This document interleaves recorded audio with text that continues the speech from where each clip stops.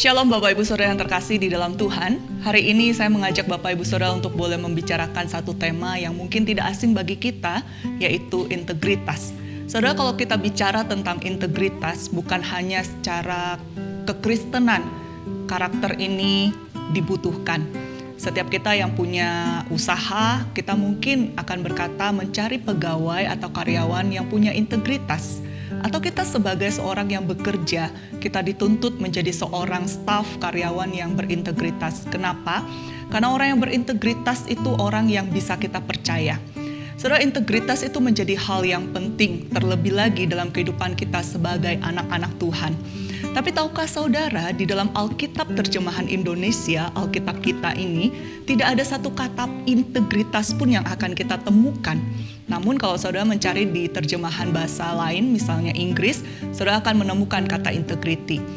Meskipun tidak ada kata integritas saudara, tapi Alkitab kita memuat banyak sekali kisah tentang orang-orang yang bagaimana mereka meneladankan hidup berintegritas. Kata integritas ini lebih banyak diterjemahkan sebagai dengan kata-kata tulus hati misalnya, atau bersih kelakuannya seperti yang tercatat dalam kitab Amsal. Saudara, apa sih integritas itu? Ada orang yang berkata bahwa orang yang berintegritas adalah orang yang sama antara apa yang ada di hatinya maupun apa yang ada di dalam perbuatannya atau tindakannya. Namun firman Tuhan mengajar kita bukan hanya sekedar sama saudara, tapi yang sama itu adalah bicara soal kebenaran. Sehingga dengan kata lain, apa yang ada di dalam pikiran kita, hati kita, apa yang terucap oleh bibir kita, apa yang terlihat di dalam tindakan kita, semuanya itu seharusnya menyatakan kebenaran. Itu orang yang berintegritas. Nah, di dalam firman Tuhan saudara, banyak kisah orang-orang yang hidup menyatakan bahwa dia adalah orang yang berintegritas, sekalipun mereka tidak menyebut diri mereka sebagai orang berintegritas. Salah satunya adalah kisah tentang Yusuf, satu kisah yang tidak asing bagi kita.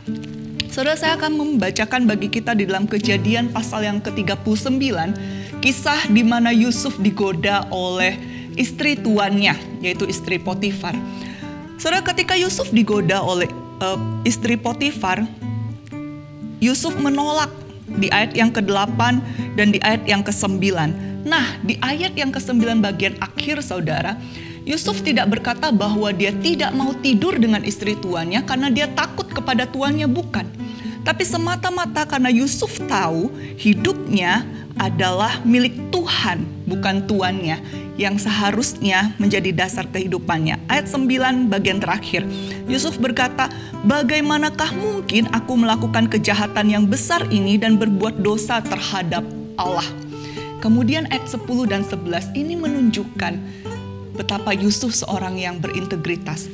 Ayat 10-11 saudara, walaupun dari hari ke hari perempuan itu membujuk Yusuf, Yusuf tidak mendengarkan bujukannya itu untuk tidur di sisinya dan bersetubuh dengan dia. Lalu ayat 11, pada suatu hari masuklah Yusuf ke dalam rumah untuk melakukan pekerjaannya, sedang dari seisi rumah itu seorang pun tidak ada di rumah. Saudara, orang yang berintegritas bukan hanya orang yang menyatakan kebenaran sekali-kali atau hanya di hadapan orang. Tapi orang yang berintegritas adalah orang yang menyatakan kebenarannya secara konsisten. Maksud saya menyatakan kebenaran Tuhan secara konsisten dari hari ke hari, dan itu yang ditunjukkan oleh Yusuf. Dan bahkan dikatakan Yusuf orang yang berintegritas, hidup menyatakan integritas sekalipun tidak ada seorang pun yang melihatnya. Saudara, tentu ini bukan hal yang mudah untuk dilakukan. Secara konsisten dan tanpa dilihat orang lain, tetap menyatakan kebenaran, itu adalah panggilan kita sebagai anak-anak Tuhan.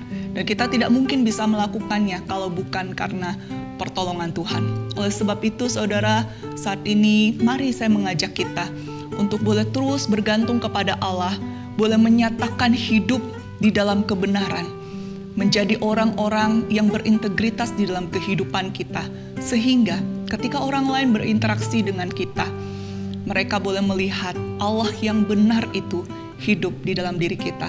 Selamat berjalan bersama Allah, kiranya anugerah Tuhan menyertai saudara. Tuhan memberkati.